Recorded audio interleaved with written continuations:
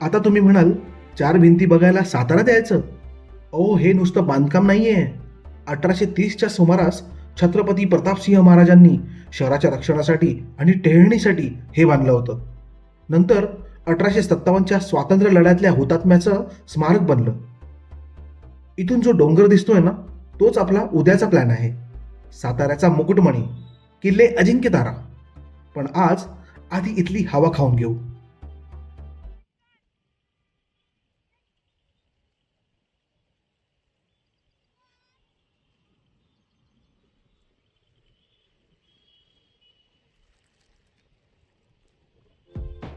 इथला परिसर बघा, किती शांत आणि सुंदर आहे.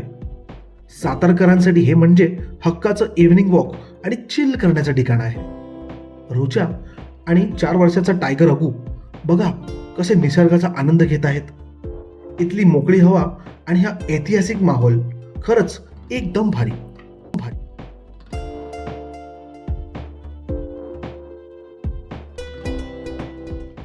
इथून संपूर्ण सातारा शहर कसलं भारी दिसतंय ना, एकदम टॉप अँगल शॉट. आणि तिकडे वर बघा, धुक्यात हरवलेला अजिंक्य तारा आपल्याला साथ घालतोय. तो धुक्याचा पडदा बघून अगू तर एकदमच खुश झालाय.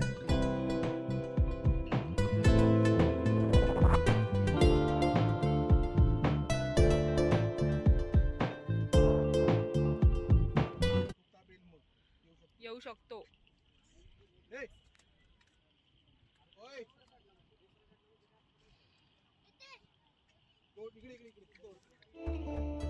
संध्याकाळ जशी पुढे सरकते तशी इथली गर्दी रंगत वाढते. मित्र, कुटुंब, कट्टे, सगळा कसा मस्त पॉझिटिव्ह वाईब.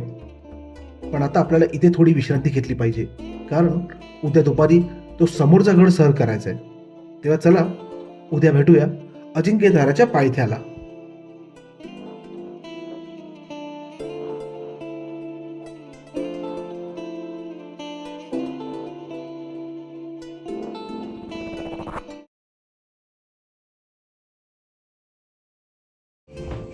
तर मित्रांनो, आता मी चाललो आहोत अजिंक्यतारा इथे. बघूया आपण ट्रेक करू शकतो. गाडी आम्ही पाठी पार्क केलेली आहे आणि जे पट्टेचे व्यावसायिक दर्जाचे लोक खेळाडू इथे प्रॅक्टिस करत असतात. तुम्ही इथे पाहू शकता किती जबरदस्त असा हा नजारा.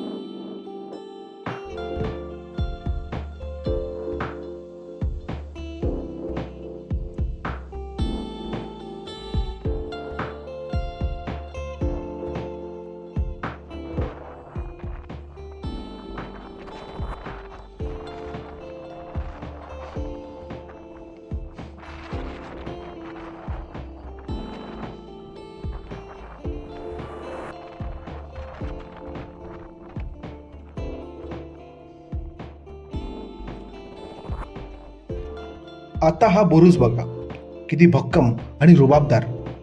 या गडाचा इतिहास खूप जुना आहे. शिलाहार राजापासूनच छत्रपती शिवाजी महाराजांनी हा किल्ला जिंकला होता. नंतर औरंगजेबाने याला जिंकून आजमदारा असं नाव दिलं. पण आपल्या मराठ्यांनी तो परत खेचून आणला आणि याला सार्थ नाव दिलं अजिंक्यतारा, म्हणजेच कधीही न जिंकता येणारा.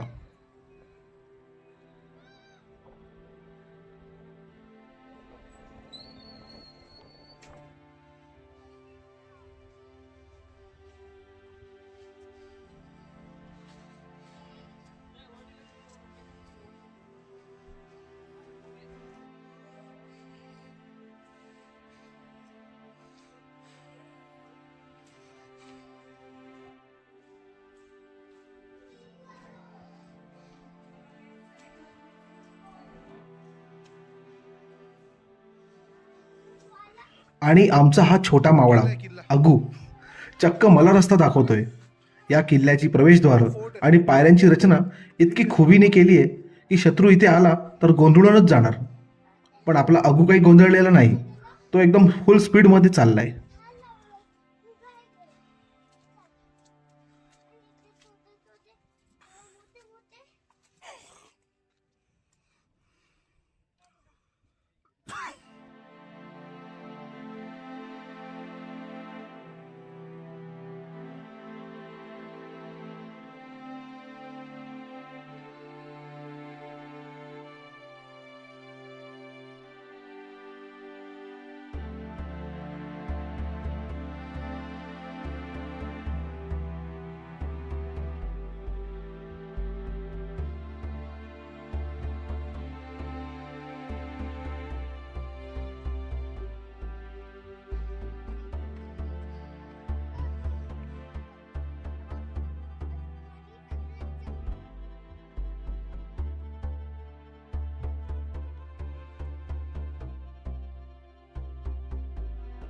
गडाच्या माथ्यावरून दिसणारा हा नजारा बघा. साताऱ्याचं हे विहंगम दृश्य बघितलं की सगळा थकवा कुठल्या कुठे पळून जातो. एकदम पैसा वसूल आणि मेहनत वसूल व्ह्यू आहे हा.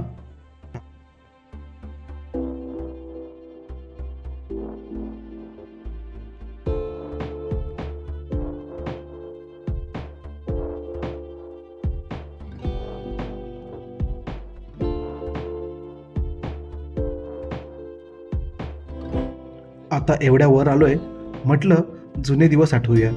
बघूया एवढ्या वर्षानंतर या शरीरात अजून किती ताकद उरली आहे. वयाचा परिणाम झालाय की नाही ते आता या पुशअप्समध्येच कळेल. काय वाटतं? आणि आता हे बघ, बापाच्या पावलावर पाऊल. मी पुशअप्स मारले ना तर हा पट्ट्या कसा मागे राहील. अगूने पण लगेच आपली कसरत आणि डायव्हिंग सुरू केली आहे. हा पोरगा नक्कीच मला भारी पडणार आहे.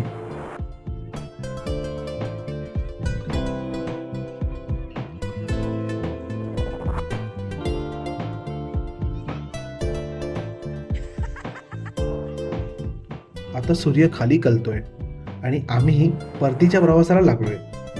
उतरताना दिसणारं हे संध्याकाळचं साधारण शहर म्हणजे जणू काही दिव्याची रांगोळीच. हा नजारा डोळ्यात साठवून ठेवण्यासारखाच आहे.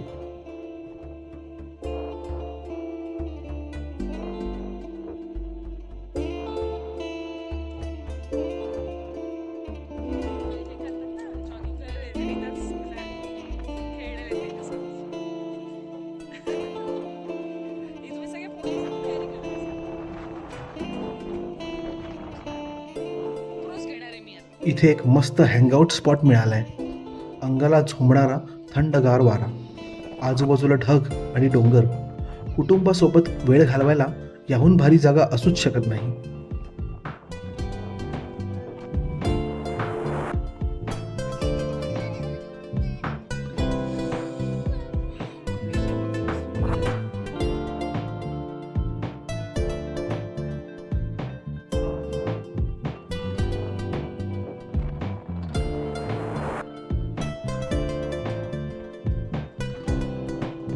तर मंडळी, 4 भिंतीपासून अजिंक्य तारापर्यंतची आमची ही सफर आता इथेच थांबतेय. बाप लेकाचं हे नातं आणि निसर्गाची ही साथ खरंच खूप काही देऊन गेली. तुम्हाला हा ब्लॉग आवडला तर आपल्या फिरस्ती फॅमिलीला लाईक करा, शेअर करा आणि सबस्क्राईब करायला विसरू नका. जय महाराष्ट्र.